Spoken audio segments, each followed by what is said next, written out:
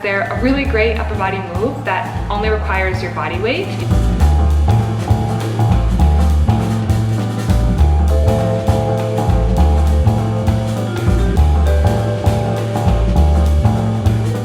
Hi everybody, welcome back to my channel.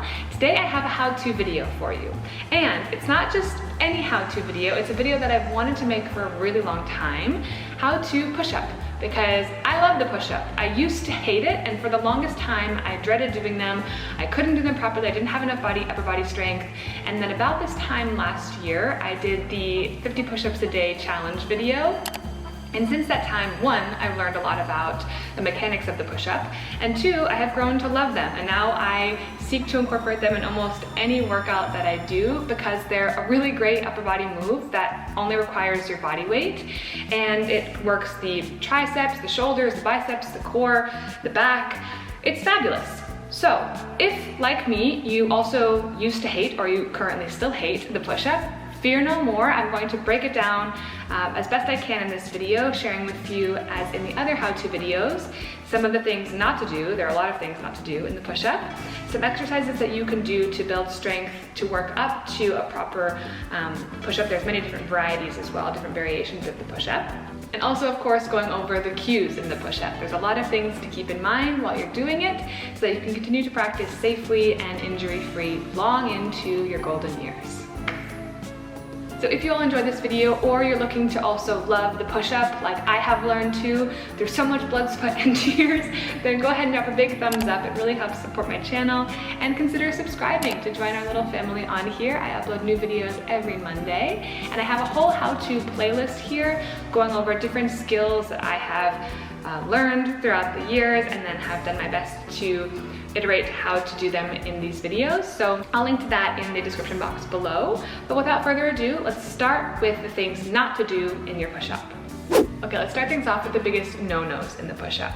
And this is a little bit touchy because everybody has a different level of strength, a different background, and so we all have areas that may be a little bit weaker, that may need to be compensated for by the stronger areas. That's why a lot of these mistakes look very common and we see them often. But a few of them, kind of starting from the head, working down. The head would be protruding forward because a lot of times we're looking towards the floor. We want to get our head towards the floor first, not really aware of what's happening in our upper body, of how much our elbows are bending or how much our core and hips are descending. So the head reaching forward, we want to have the head engaged. The second would be disengaged shoulders, so collapsing into the shoulder girdle, not recruiting any of the strength there around the scapula, around the back, and letting the chest lead the way. And in this vein, actually, following along the shoulders, we have our sternoclavicular joint, which connects the upper body to the arms. So you can think of it as the closer the elbows are towards the body, the more force you're going to be able to produce. As if you were saying, you know, push something away, you want to have the elbows tight by the body. So the same in the push-up, the more your elbows are flared out, the more at risk you are, the more strain you're putting on that joint, and the less stability you're recruiting. So you really want to make sure that your elbows are tight by the sides, either i.e. in chaturanga push-up, or maximum, 45 degrees, because the more you flare them out, the more pressure again you're putting on that joint, the more risk of injury you have, the less force you're going to be able to produce through the pushing movement. Third one would be a disengaged core, and this can look like your butt up in the air, your belly protruding out towards the floor, similar to with the head, that you're trying to reach the belly and or the head towards the floor first to feel like you're going to get down, rather than keeping the core engaged, which recruits more strength, more stability, and lowering the hips and chest at the same time. And in that vein, with the hips leading first, this is something that's very common.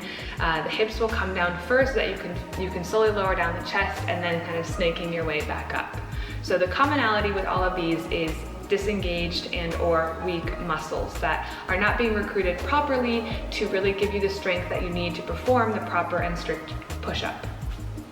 Now that first point of the no-nos seem to transition already into the next part, which is going to be the cues.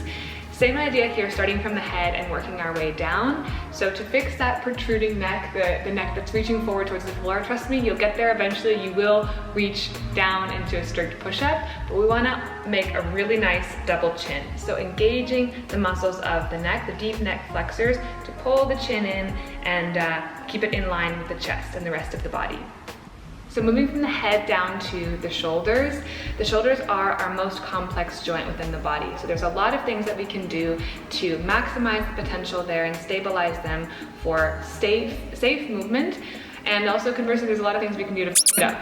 So before we get into the push-up, just our position in the high plank. This is something I touched on in the how to chaturanga video, but we want to protract the shoulders, meaning pushing the floor away so we start to engage into the muscles of the chest, pulling the scapula across the back, pulling them away from one another, and then also depressing the shoulders down the back so that we're setting them up in a proper and stable position for power.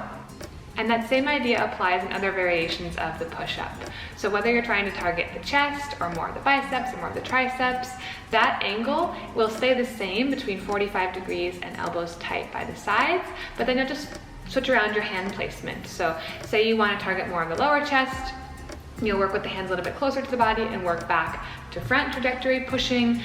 Same with the upper chest, although opposite, so front to back.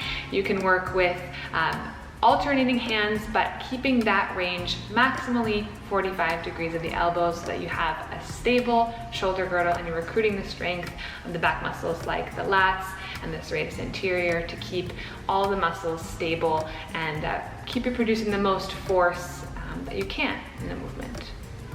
And a quick note here about the hands. When we're in our push-up position, we want to have the bulk of our weight in our index fingers and our thumbs because this is the stronger part, the inside portion, the medial portion of your wrist is the stronger part of the wrist. We want to make sure that we're maximizing the strength there. And then at the same time, almost like you're screwing two jars away from one another, you want to apply some pressure onto the mat to really grip into the rest of the fingers because the more we can recruit all muscles of the body, not just the upper body, the stronger your push-up will be. So that starts from the fingers up to the crown of your head, down, engaging through your core, all the way back to your heels. You want to have the whole body stiff and rigid so that you can perform a strong and even push-up. And the last cue, quite simply, is to squeeze your butt. It will help to set your pelvis in the right position, activate the muscles of your core, and add stability to the pose so that your butt and your chest are going down at the same time, that you're not doing any of that butt in the air crap. Don't want to see any of that. So keep the bum squeezed, and you can imagine if you had a banknote in between your cheeks, you could keep that banknote squeezed tight from the top of your push-up all the way down and back up. That's a nice mental image for you to take away here from this video. And the last portion of today's video is some drills / exercises that you can do to build strength for the push-up. So going over the same areas as we did before, we're gonna look at exercises for the neck, for the shoulders, for the core, the glutes, and for the hands / wrists. Because that's one thing I don't hear a lot of people talk about when they talk about the push-up, is how much wrist flexion you need. It's a lot of strain on the hands, so make sure that you're warming up the wrists properly. I do this in all of my yoga classes, and I think that that's one thing we can take from yoga to bring to the fitness world. Make sure that you're warming up into your hands, and that if at any point during your push-up practice, your wrists start to hurt, stop your practice for that day, and continue on the next day, because the wrists are really sensitive, and they take a long time to build strength, so that's my little rant on the wrists. Make sure that they're warmed up, and I'm going to include some exercises that you can do to prime them for your push-up practice.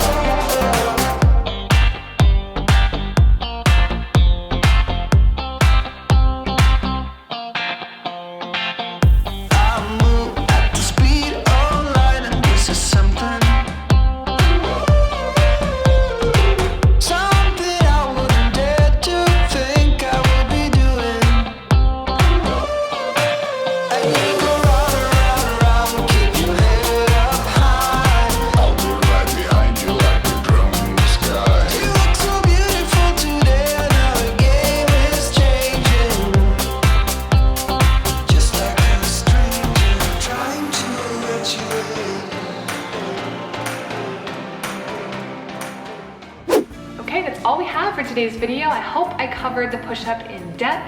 I hope that you all took something away and that, like me, you're going to be a push-up convert soon enough if you're not already.